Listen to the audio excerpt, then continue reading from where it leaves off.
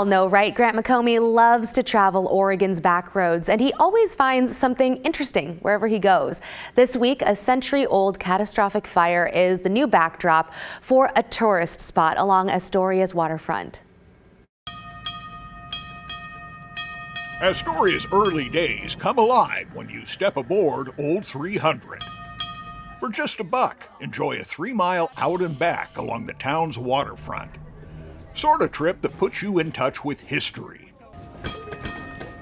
A century ago, this building between 3rd and 4th made history when a gigantic fire tore through Oregon's oldest city. It was nicknamed the Big Fire of 1922. Gets under the dock and then it starts burning and then it spreads. It's just like building a campfire. They wiped all the businesses out, the banks, the infrastructure. The fire jumped from building to building, and in hours, entire blocks turned to ash.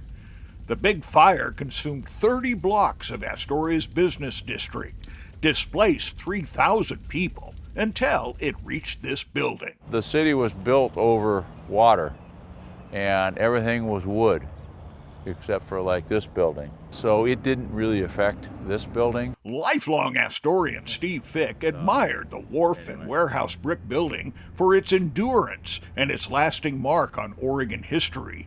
Built in 1892, it is the state's oldest riverfront warehouse. So he bought the building, and he's giving it new life.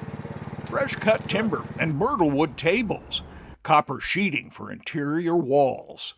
You don't see myrtle wood tables like that every year, do you? And it's all got to do with the Oregon coast. It's all nautical. It's all part of the identity of the community.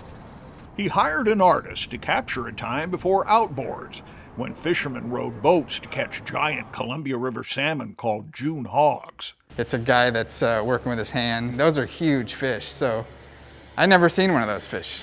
They don't exist. So to me, it's a powerful image in that way. He's holding what might as well be dinosaurs, you know? It's all homage to the brick building's ties with salmon fishing, back when salmon canneries were king, and the warehouse stored all the tin used to make the cans filled with fish and shipped around the world. These days, the centerpiece of Pacific Distillery harkens to a time when alcohol production was commonplace. Okay, well, we're putting the mash in the tank so that we can get her heated up and start making some whiskey. This is a corn rye mash, 80 corn, 20 malted rye. A copper still produces bottles of whiskey, gin, and vodka. A kitchen produces menu staples including shrimp and crab and chowder, and the diners feel right at home. I think if they had these little nice trays with the salmon and the chowder, they've had a hit. The chowder was the best I've ever had. It is the best. It was the best I have ever had. I could have had more. You're in a historic building. It's creating its own unique wares. And when you come in here, you can ask questions and you can learn something about the history of Astoria. And that's the big part. Built on the ground where the river meets the shore, the lasting qualities of the old brick building offer new life that make Pacific Distillery worth a visit. That's what we are. We're a nautical timber community. It's where our past is, hopefully where our future goes.